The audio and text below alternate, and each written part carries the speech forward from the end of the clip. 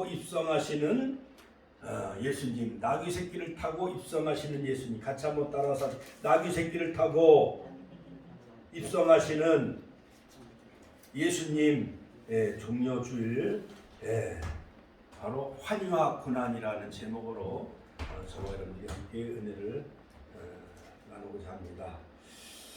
자, 6월절 명절이 가까워지면서 예수님은 나귀를 타시고 예루살렘에 입성하셨습니다. 그때 수많은 무리들의 사람들이 종려나무 가지, 팜트리, 저 종려나무 가지를 높이 막 흔들면서 그 다음에 길에 펴고 자기네들이 옷을 벗으면서 카피트를 깔아드리면서 예루살렘 성으로 입성하시는 그러한 그 예수님을 호산나를 소리 높여 외쳐 주님을 찬양했던 것이었습니다. 그래서 우리는 이것을 기념해 바로 팜트리 선데이, 그래서 종려주일로 지키는 바로 오늘이 바로 기독교적으로 오늘이 바로 종려주일이고 4월 2일, 다음 주일이 4월 9일이 바로 부활주일이죠. 자, 그러므로 역으로 계산해서 우리가 약 7주간을 40일을 이제 사순절, 오늘부터는 또 고난주간이 시작이 되어지는 그런 그 주간이죠. 자, 그래서 우리는 이것을 기념해서 종려주일로 지키죠. 로마의 압제 속에서 유대인들에게 6월절은 민족의 해방을 대망하는 절기로 여겨졌던 것이었습니다. 즉 과거 약 그들이 주전 1446년, 즉 430년 동안 애국에서 종살이 하면서 그들이 6월절 절기를 통하여서 애국에서 해방된 것처럼 바로 이 6월절은 미래적으로 로마의 압제에서 해방을 대망하는 그러한 그 6월절을 그들은 이 절기로 지키기 시작을 했던 것이었습니다. 그러므로 호산나 찬송하리로다 주의 이름으로 오시는 이여 이스라엘의 왕이시여라며 예수님을 극진히 영접하였던 것이죠. 이러한 외침은 예루살렘 순례의 객들의 귀에 너무나 익숙한 노래였던 것이었습니다. 그들이 간절한 소망이 표출된 것이죠. 얼마나 로마의 압제가 심했었는지, 헤롯 분봉왕을 통해서 그 다음에 빌라도 총독을 통해 가지고 얼마나 그 로마의 극심한 그 압제가 심하였는지, 세금을 다 뺏어가고 모든 자유를 억압하며 하면서 로마의 그 압제 속에서 바로 유대인들은 날마다 신음하며 고통하는 나날을 보내면서 그들은 은근히 다윗왕과 같은 훌륭한 정치적인 메시아, 그런 권력자를 은근히 기다리고 있었던 것이었습니다. 그런데 바로 예수님은 3년 반 공생애를 통해서 죽은 자를 살렸습니다. 나사로를 살리자 많은 사람들이 예수님을 임금 삼으려고 했던 거예요. 그래서 저분이 바로 우리 이스라엘 나라의 왕이 되어지면 로마를 다 일거에 다 제압하고 바로 이스라엘을 독립시킬 그런 다윗왕과 같은 메시아로 여겼던 것이었어요. 그러나 예수님은 오히려 요한복음 11장에 보면 은근히 산으로 도망한 것을 볼 수가 있습니다. 자, 예수님 풍랑을 잠잠케 했습니다. 그 다음에 여러 가지 많은 기적, 오병의 기적의 역사를 일으켰습니다. 그래서 많은 군중과 많은 무리들이 예수님을 쫓아다니면서 바로 저분을 따라다니기만 하면, 저분이 바로 이스라엘 나라의 왕이 되기만 하면은 바로 이스라엘은 로마의 압제에서 반드시 구원해 줄 것이고 해방을 시킬 그러한 메시아, 다윗왕과 같은 정치적인 메시아로 꿈을 꾸기 시작을 했던 것이었습니다. 그런데 갑자기 예수님이 저 베다니를 거쳐서 벳바게라는 것은, 벳은 집이에요.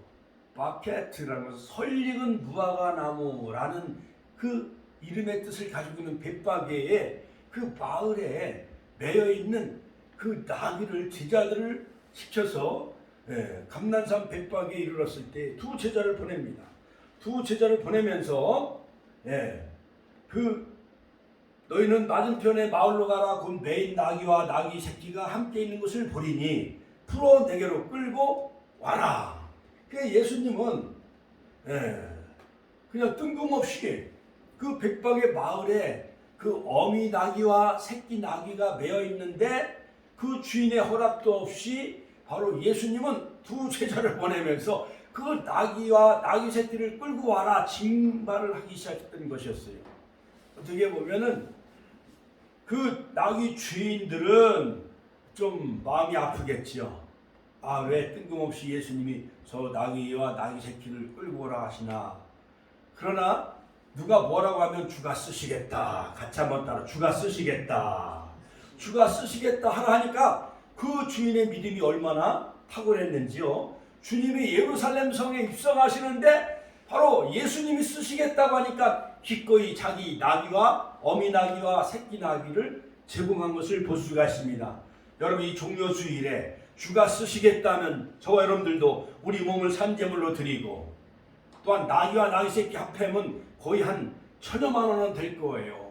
한 마리에 500만 원씩 계산하면 한 1,000만 원이 되는 어미 나귀와 나귀 새끼 나귀를 제공한 것을 우리가 교훈 삼으면서 정말 하나님의 구속의 역사를 이루어나가는데 우리는 조연 역할을 했던 이 나귀의 그 주인과 같이, 또한 자기 무덤을 예수님의 무덤으로 제공한 아리마대 요셉과 같이, 그 다음에 베다니에서 시몬의 집에 잔치집에 초청을 받았을 때 마리아는 향유값 약 300데나리온은 3천만 원이 되어지는 향유값을 깨뜨려서 예수님의 발에 붓고 자기 머리털로 예수님의 발을 씻겨드리며 예수님의 머리에 향유를 부은 여인과 같이 구속의 역사를 이루어나가는데, 마리아처럼 아리마대 요셉처럼 그 다음에 이 나귀의 그 주인과 같이 바로 하나님 나라를 이루어나가는데 우리가 조연 역할을 해나가는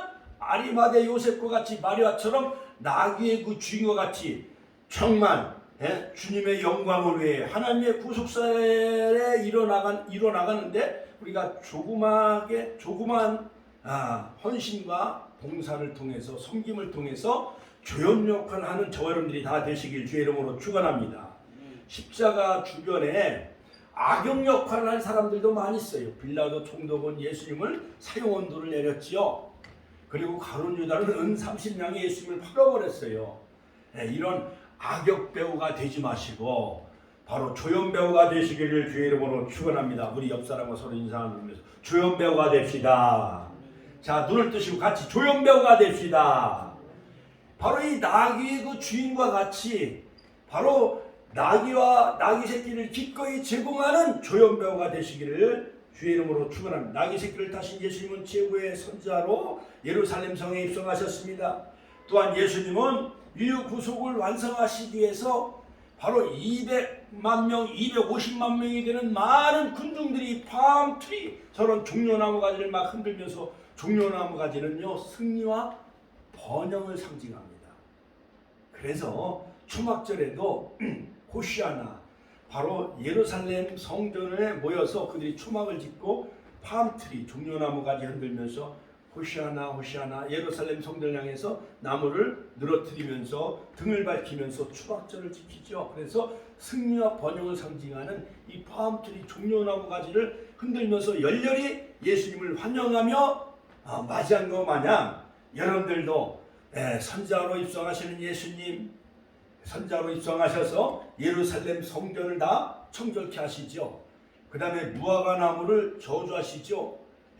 우주 만물의 주인이신 예수님, 나귀를 징발하시는 예수님. 그러므로 만물이 주인은 누구예요? 예수님이기 때문에 나귀를 가져오라고 명하시고 주가 쓰시겠다라고 그렇게 그 주인에게 부탁을 했을 때 주인은 바로 주님이 쓰시겠다고 하니까 그 나귀를 기꺼이 제공한 것을 볼 수가 있습니다. 이는 선자로 하신 말씀을 이루려 하십니다. 스가랴서 9장 9절. 스가랴 예언, 예수님이 오시기 전에 600년 전, 700년 전에 예언한 스가랴 선자, 바로 스가랴서 9장부터 11장까지는 초림 예수, 12장부터 14장까지는 다시 재림하실 예수님에 관해서 예언한 선자가 바로 스가랴 선자인데, 그 스가랴 선자를 예언의 말씀을 이루시기 위해서 예수님은 어린 나귀 새끼를 타시고 예루살렘 성에 입성하신 것을 믿으시기를 주의 이름으로 축원합니다. 그러므로 예수님은 선자로 입성하셨어요. 그 다음에 평화의 왕으로 입성하셨어요. 사랑의 왕으로 입성하셨어요. 그 다음에 구원을 이루신 구원의 왕으로 입성하셨어요. 그 다음에 세 번째는 제사장으로, 같이 한번 제사장으로, 나귀를 타신 예수님은 제사장으로 예루살렘 성에 입성하셨습니다. 할렐루야. 그러므로 바로 인간의 눈으로 볼 때는, 자 여러분, 저 유럽을 정복한 프랑스의 황제인 나폴레옹 황제는 바로 나의 사전에는 불가능은 없다 하면서 알프스산을 넘지요. 그러므로 그는 군마를 타고 전 유럽을 정복을 해요.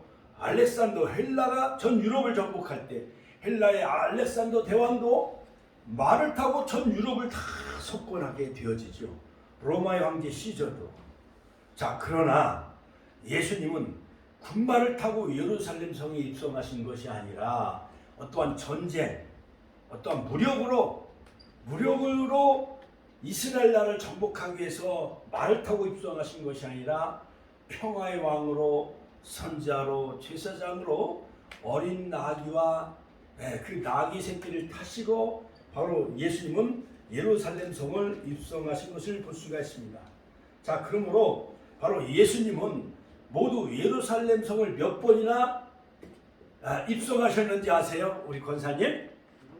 저도 이번 말씀을 준비하면서 저도 옛날 신학대학에서 공부할 때는 3번이다 또는 뭐 몇 번이다 이렇게, 그러니까 선교사님들이나 신학 교수님도 잘 모르고 가르치더라고요. 그러나 오늘 보니까 7번 예루살렘 성을 입성하신 것을 볼 수가 있습니다. 바로 이 종려주일 고난주간 첫날 온 인류의 죄를 걸머지고 속죄주로 예루살렘에 바로 예수님은 7번, 같이 한번 따라 7번째로 입성하신 날이 바로 마지막, 예수님은 십자가에 달리시기 전에 마지막 7번째로 예루살렘 성을 입성하셨어요. 첫 번째는 태어나신 후에 40일째 되는 날 정결예식, 즉 결례를 행하기 위해서 예루살렘에 방문합니다. 누가복음 2장 22절. 즉 남성은 40일 후에 정결예식을 하고 여성은 80일 후에 정결예식을 하는데, 바로 예수님의 어머니 모친 마리아는 아기 예수님을 바로 주님 하나님께 바치기 위해서 예루살렘 올라가 어머니 마리아와 함께 바로 정결예식을 하기 위해서, 바로 예수님을 하나님께 드리기 위해서 바로 태어난 지 80일째 되는 날 정결예식을 행하기 위해서 예루살렘을 방문하셨어요. 두 번째는 예수님이 12살의 유월절을 지키기 위해서 부모와 함께 예루살렘에 방문하지요. 서기관들과 장로들과 서로 토론하면서 예수님의 부모님들은 바로 예수님이 따라오는 줄 알고 고향에 내려와 보니까 예수님이 따라왔어요? 안 따라왔어요? 안 따라와서 예루살렘의 성전에 가보니까 장로들과 서기관들과 열띤 토론을 벌이고 있었던 것이었습니다. 세 번째는 공생의 첫 번째 예루살렘에 오셔서 성전을 청결 한번 하셨어요. 요한복음 2장 13절. 공생의 가운데 예루살렘 성전을 한번 방문하셔서 예루살렘 성전을 청결케 한 것을 볼 수가 있습니다. 요한복음 2장 13절. 네 번째 방문은 유대인의 명절에 예루살렘에 오셨습니다. 요한복음 5장 1절에 보면은 바로 이 베데스다 연못가에 38년 된 병자를 고치죠. 바로 그 절기 때 예수님은 예루살렘 성전을 방문하십니다. 다섯 번째는 장막절, 추막절에 예루살렘에 방문하셔서 누구든지 목마른 자는 내게로 와서 마시라, 나를 믿는 자는 그 배에서 생수의 강물이 흐르리라. 요한복음 7장 37절 38절 말씀하시죠. 하면서 가늠한 여인을 풀어주시고 소경을 고쳐주십니다. 요한복음 8장. 그 다음에 수련절에 예루살렘을 방문하시고 요한복음 10장. 마지막 공생의 기간에 마지막 종려주일에 만 인류의 죄를 다 짊어지시기 위해서 예루살렘 성을 입성하신 날이 바로 오늘이며, 바로 종려주일 나귀 새끼를 타시고 바로 예수님은 예루살렘 성에 입성하시죠. 바로 주 29년경 니산월 예루살렘에 1년 중 가장 많은 사람이 모이는 이 유월절을 앞두고 예루살렘 내에서 약 2km 떨어진 이 베다니를 거쳐서 바로 벳바게의 제자들을 보내면서 주가 쓰시겠다 하고 나귀 새끼를 풀어오라고 명령하신 것을 볼 수가 있습니다. 자, 나귀는요 말보다 훨씬 작은 짐승이에요. 그 새끼이기 때문에 나귀 새끼 위에 예수님이 앉으셨으니까는 아마 불안전했을 게요. 아마 발이 땅에 닿을까 말까 했었을 것입니다. 연약한 이 나귀 새끼를 타신 것은 누구나 예수님 앞에 찾아올 수 있도록 낮아지신 겸손의 왕으로 바로 표현되어 있는 것을 알 수가 있습니다. 그러므로 예수님이 어린 나귀 새끼를 타신 것은 겸손의 왕으로 예루살렘 성에 입성하신 것을 우리에게 말해주고 있으며, 또한 평화의 상징으로 스가랴 선지자가 예언한 평화의 메시아, 평화의 왕, 가참 평화의 왕, 스가랴서 9장 10절 평화의 왕으로 예루살렘 성에 예수님은 입성하셨고, 또한 모든 인류를 구원하시기 위해서 구원자, 또한 구원의 왕으로 만왕의 왕으로 바로 예수님은 예루살렘 성에 입성하신 날이 바로 오늘인 것입니다. 그러므로 예수님께서는 예루살렘에 오르실 때에 이스라엘 백성들이 종려나무 가지를 흔들고 나와서 호산나를 외칩니다. 호산나, 호시아나. 시편 118편 25절. 자, 이 말의 뜻은 이제 우리를 구원하소서. 같이 한번 따라서 하실까? 이제 우리를 구원하소서. 제발 우리를 구원하소서. 시편 118편 25절에 있는 말씀 호시아나, 이 말씀을 외치면서 많은 예루살렘에 약 250만 명의 많은 무리와 군중들이 열심히 열렬히 예수님을 환영한 것처럼 오늘도 만왕의 왕, 평화의 왕, 겸손의 왕으로 입성하시는 예수님을 여러분 심령의 구유의 심령의 성전에 모시면서 호산나 외치시기 바랍니다. 같이 한번 호산나. 이제 우리를 구원하소서. 제발 우리를 구원하소서. 정말 21세기에 코로나가 거의 3년 동안 강타하고, 이제 러시아가 우크라이나 침공하고, 그 다음에 튀르키예 시리아는 지진으로 나라가 폭삭 망했어요. 또 대한민국은 얼마나 사기꾼들이 얼마나 강도의 구렬로 변질되어지고, 한국교회가 돈을 좋아하고 명예를 좋아하고 또한 세상을 좋아해서 정말 강도의 구렬로 변질되어져가는 이 한국교회를 향해서 예수님은 내 집은 만민이 기도하는 집이다. 같이 한번 따라서 내 집은 만민이 기도하는 집이다. 이사야서 56장 7절. 정말 이 말씀이 우리의 귓전을 때리며 우리의 심령을 울리는 귀한 메시지가 되시기를 주의 이름으로 축원합니다. 그러면서 이제 제발 우리를 구원하소서, 제발 우리를 구원하소서 호산나 외치는 귀하고 복된 날이 되시기를 주의 이름으로 축원합니다. 열렬한 많은 무리들의 환영과 환희의 속에서 박수갈채를 받으면서, 저도요 이제까지 예수님이 웃으시는 장면은 이 종려주일 어린 나귀 새끼를 타시고 250만 명이 막 종려나무 가지 흔들고 막 옷을 벗어서 막 카피트를 깔아드리니까, 예수님은 정말 이제 일주일 후면은 저 갈보리 골고다에서 십자가에 못 박혀 죽으실 것을 아시면서도 예수님은 예루살렘 성을 입성하시면서 웃으시는 그 얼굴은 바로 이때의 모습이지 않는가, 저는 그렇게 생각을 해봅니다. 어린아이들이 입성하신 예수님을 열렬히 호산나 외치며 환영했습니다.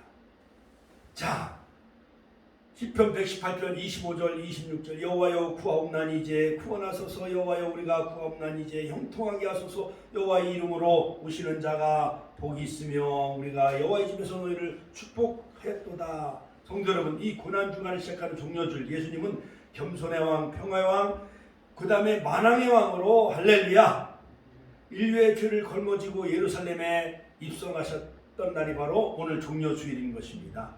자, 이 길은 처참한 고통과 견딜 수 없는 괴로움의 길이요, 또한 멀지 않아 일주일이면 비아돌로 로사 빌라도 재판석에 서고 사형원들을 받으셔서 골고다 언덕 800m까지 무거운 십자가를 짊어지고 3지점, 7지점, 9지점에서 3번 쓰러지시는 그 모든 것을 다 아시면서도 예수님은 어린 나귀 새끼를 타시고 바로 예루살렘 성에 입성하셔야만 되어졌습니다.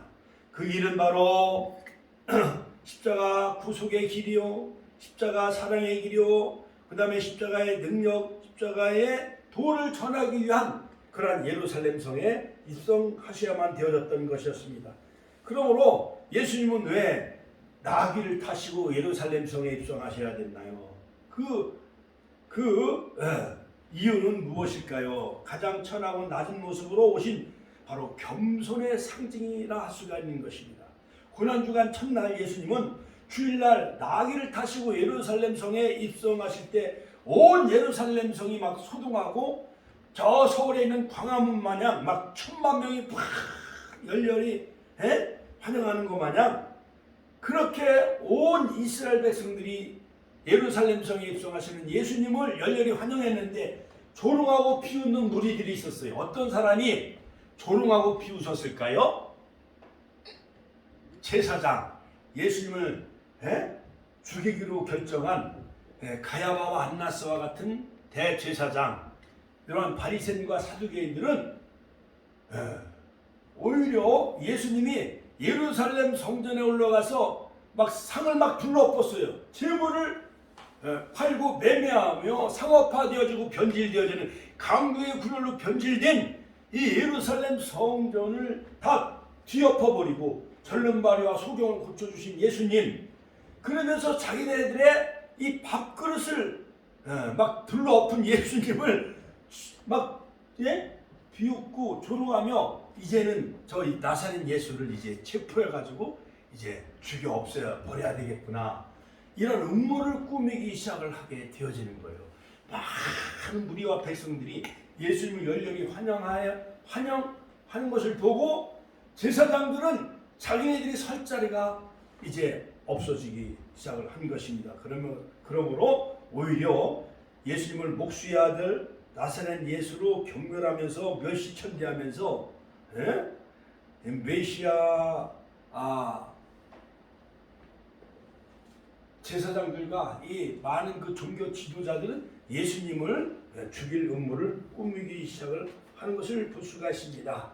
자, 두 번째는 바로 예수님은 대관식을 치르면서 평화의 왕으로 예수님은 예루살렘 성을 입성하시는 것을 볼 수가 있습니다. 자, 예루살렘 성 사람들은 나귀를 타고 입성하신 예수님을 나사렛 목수의 아들로만 알고 있었을 때에 사도 요한은 그분에 대해 평화의 왕으로 은혜의 왕으로 증거하고 있음을 볼 수가 있습니다. 요한복음 12장에 보면은 사도 요한은 스가랴 선지자의 예언의 말씀을 인용하면서 보라 너희 왕이 나귀 새끼를 타고 오신다라고 증거함으로써 나귀 타고 오시는 그분은 결코 멸시와 천대를 받아야 할 초라한 존재가 아님을 선포하고, 그러면 예수님은 어떻게 해서 평화의 왕이 되셨을까요? 낮아짐과 겸손을 통해 바로 인류에게 평화를 주시고 마침내 생명까지도 다 십자가에 못 박혀 희생제물 화목제물로 바로 십자가의 희생제물이 되시기 위해서 바로 예수님은 어린 나귀 새끼를 타시고 예루살렘 성에 입성하시는 것을 볼 수가 있습니다. 자, 그렇다면 여러분, 저는 오늘 이 말씀을 준비하면서 귀한 그 진리를 깨닫게 되어졌는데요. 자, 예수님이 어린 나귀 새끼를 타시고 예루살렘 성에 입성하신 그 구속사의 첫 번째 핵심 내용은 뭐냐?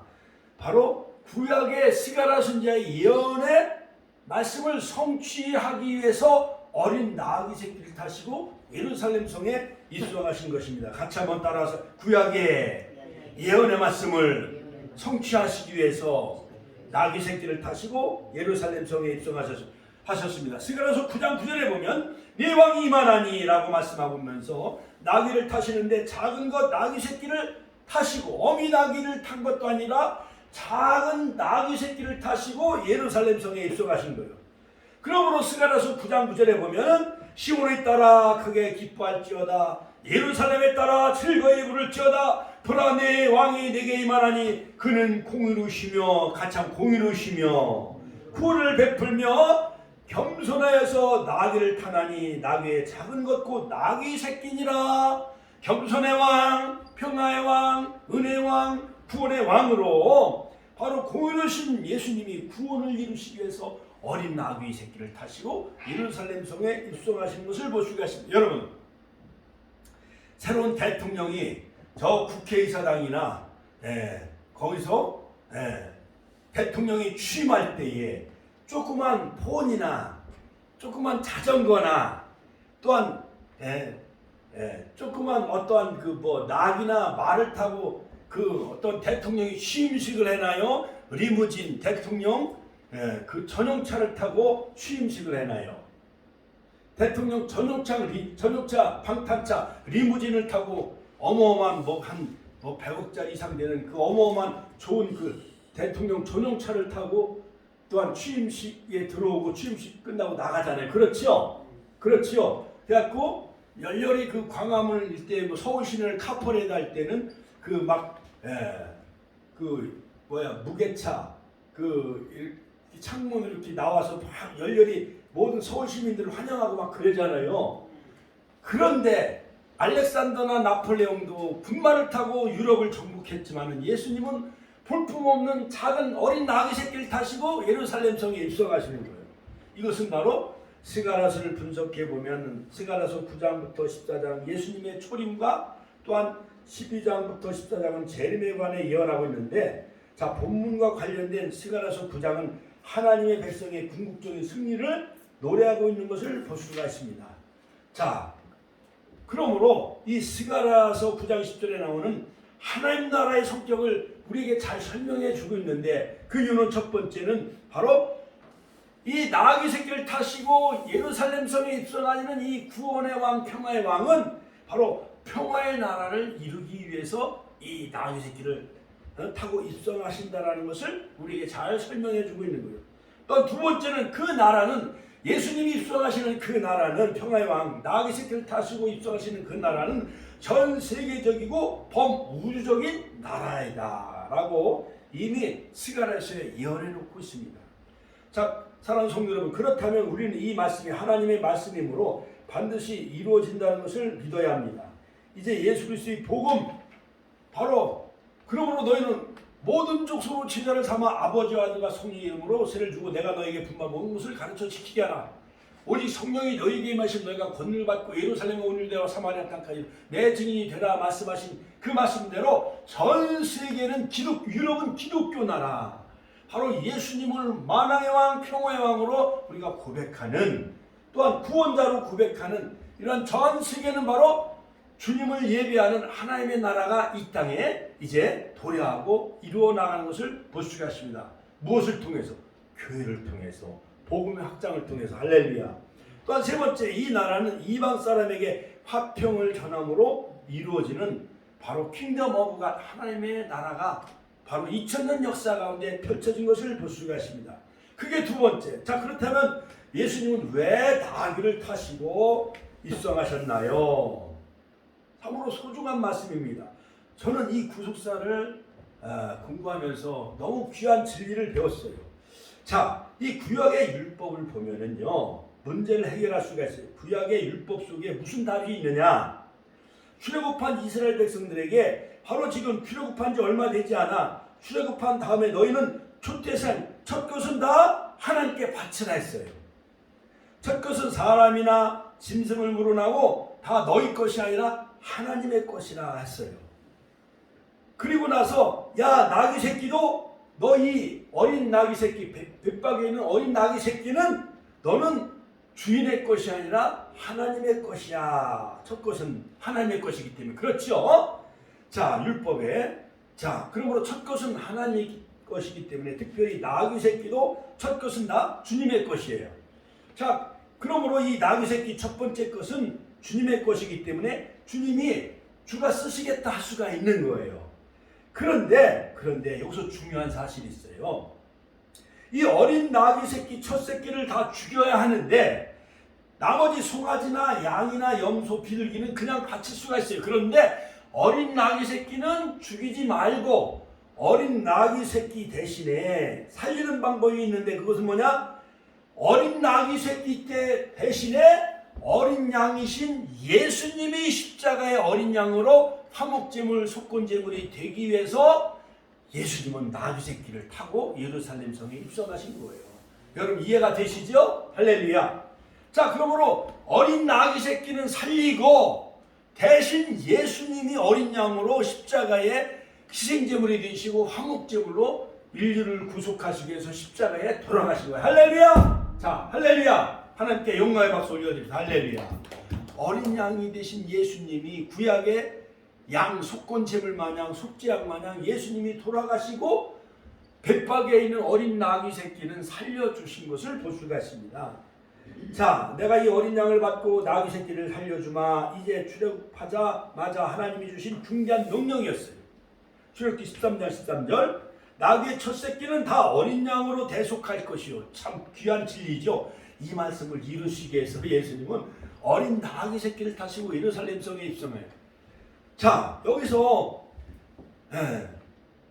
나귀 새끼는 죽여도 그냥 죽이는 것이 아니라 무조건 목을 확 비틀어서 부러뜨려 죽이라고 했어요. 그러니까 우리 인류는 아담 이후 나귀 새끼 마냥 나귀 새끼는요 아주 고집이 세대예요. 그래갖고 입에다가 재갈을 물리고 주인이 그 나귀 새끼 당나귀를 타고 시장에 가서 물건을 사고 당나귀를 타고 집으로 돌아온다는 거예요. 그러니까 이 나귀는요 짐을 실어라는 나귀예요. 무거운 짐을 짊어지고 가는 이 짐승이 바로 이 나귀예요.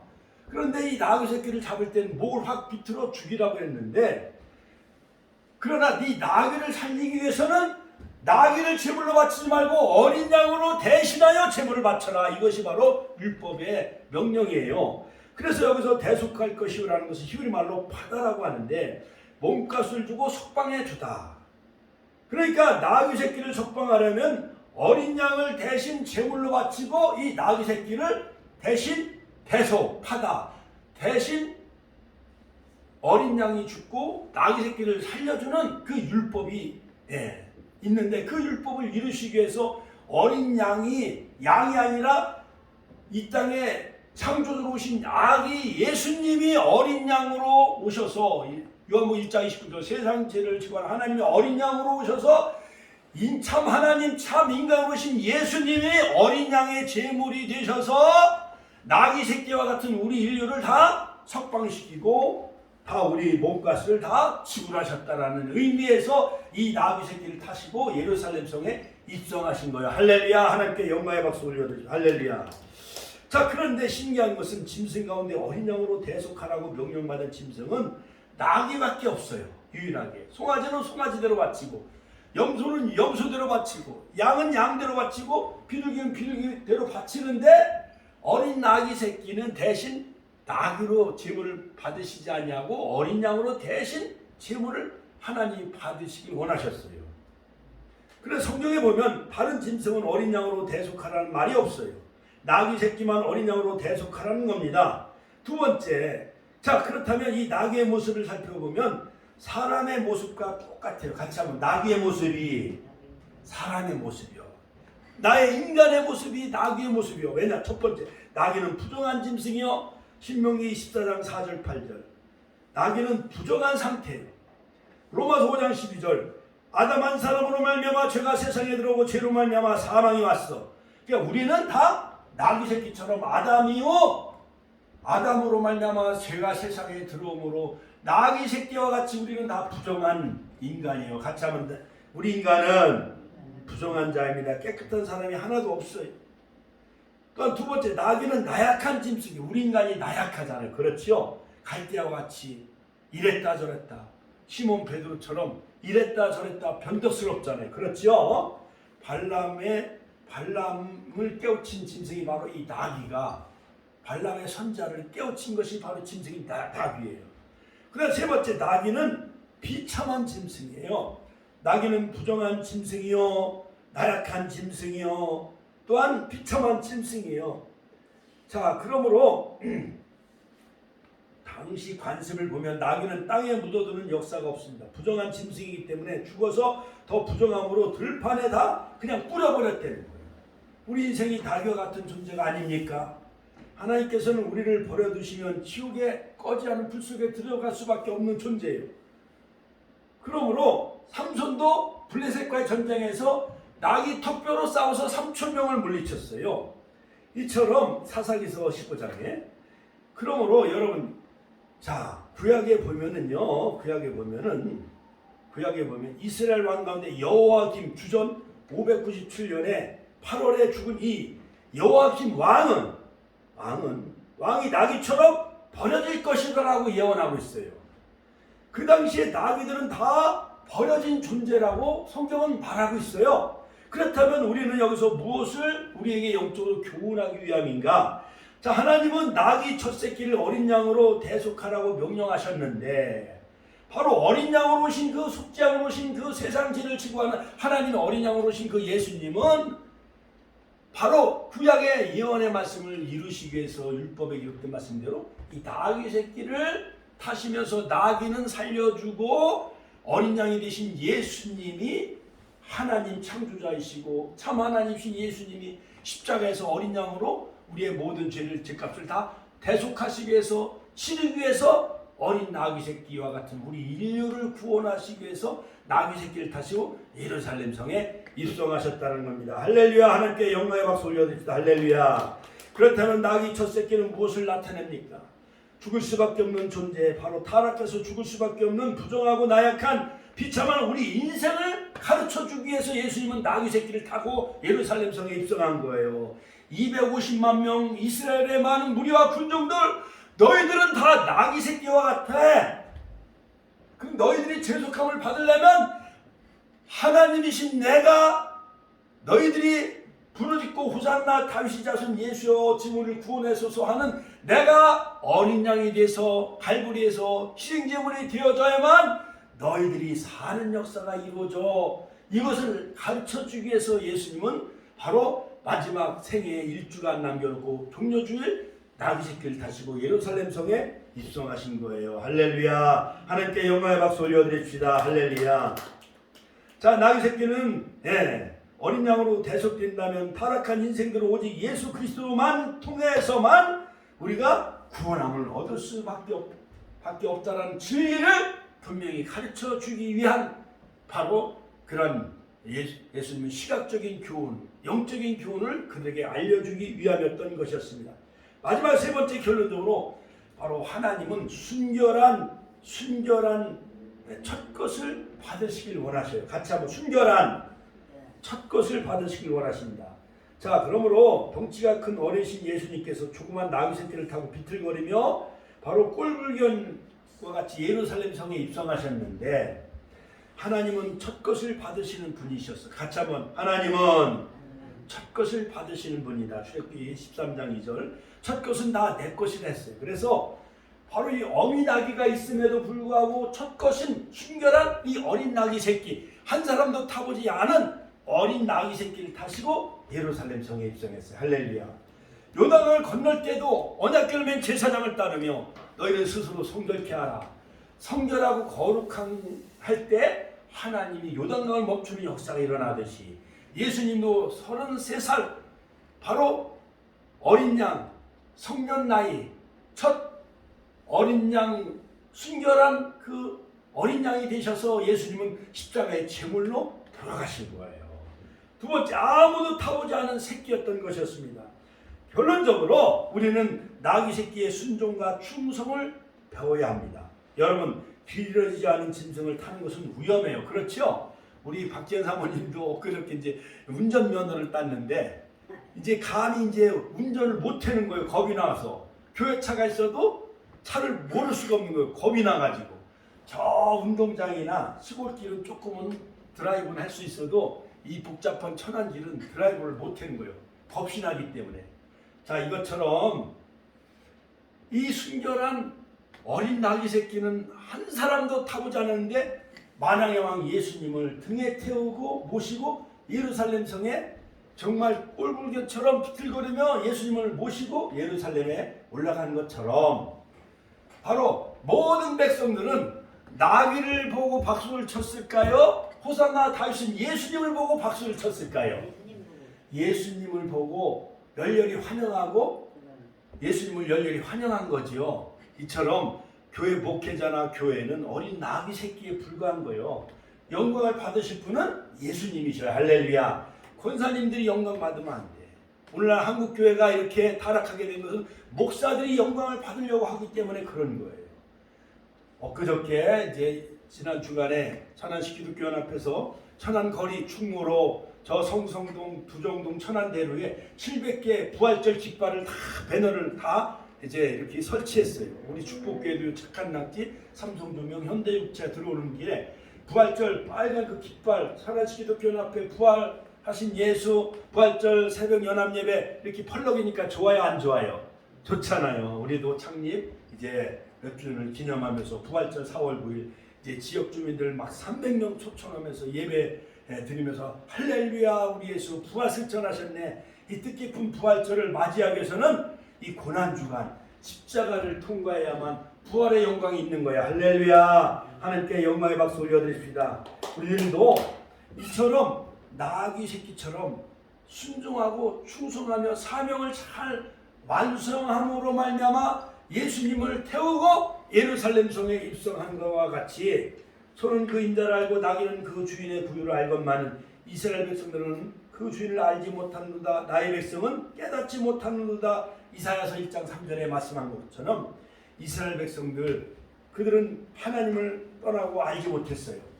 우리는 무엇보다도 등에 예수를 모시고 간 어린 나귀 마냥 예수님을 우리가 평화의 왕으로 겸손의 왕으로 할렐루야 사랑의 왕으로 우리의 가슴에 모시고 우리 등에 태우면서 이 일주일 동안 열심히 우리가 파라솔 전도하고 쌀도 이렇게 보니까 많이 갖다 놨잖아요. 우리 장로님하고 권사님이. 할렐루야. 여러분들도 생애 최고의 예물을 드려야 돼.